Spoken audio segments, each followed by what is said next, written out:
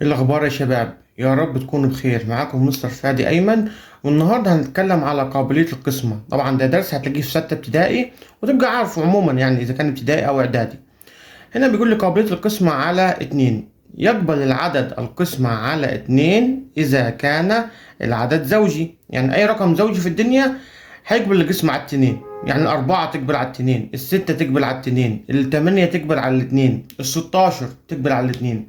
كل ده أرقام أو أعداد زوجية.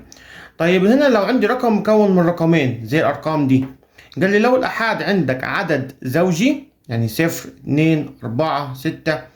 لو الأحاد كان عدد زوجي يبقى يقبل القسمة على 2، زي 60 تقبل على 2 فيها 30. زي 32 الأحاد بتاعها عدد زوجي تقبل برضو على كام؟ على 2. طيب 48 التمانية الأحاد عدد زوجي تقبل برضو على 2 فيها 24. يبقى أول جزئية قابلية القسمة على 2. لو الأحاد عندك عدد زوجي يقبل القسم الرقم كله على 2. طيب قابلية القسمة على 3. يقبل العدد القسمة على 3 إذا كان مجموع أرقامه يقبل القسمة على 3. طيب إيه معنى الكلام ده؟ تعال نشوف.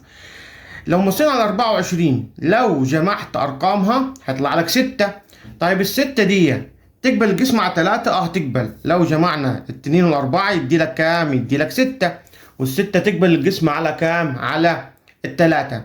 طيب ال36 نفس الكلام، لو جمعت الستة والتلاتة هيدي لك كام؟ هيدي لك 9. والتسعة تقبل القسمة على 3. يبقى الرقم ده كله هيقبل القسمة على 3. حابب تتأكد هات آلتك واقسم كل الأرقام اللي قصادك دي على 3. شوف هيطلع لك رقم صحيح ولا رقم فيه كسر. هيطلع لك طبعا رقم صحيح.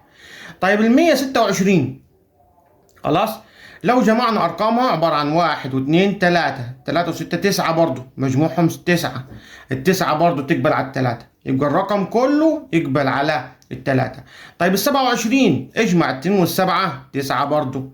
طيب والتسعة تقبل على 3؟ تقبل على 3، يبقى ال27 يقبل على 3.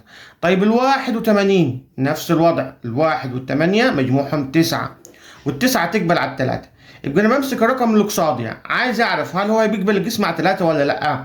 بجمع الارقام، لو ارقامه طلعت رقم يقبل القسمة على 3 يبقى الرقم ده كله يقبل القسمة على 3. طب ايه الارقام تقبل القسمة على 3؟ زي التلاتة ومضاعفاتها، 3 6 9 12 15، كل دول يقبل القسمة على 3. عايزك في التعليقات تكتب لي ارقام، تكمل هنا ارقام تجيبها يعني وتقبل القسمة على 3. يا ريت نعمل تعليقات بالإجابة، ونعمل متابعة للصفحة ولايك عشان نستمر في المحتوى تعليم الرياضيات بأسلوب سهل وشيق. شكرا.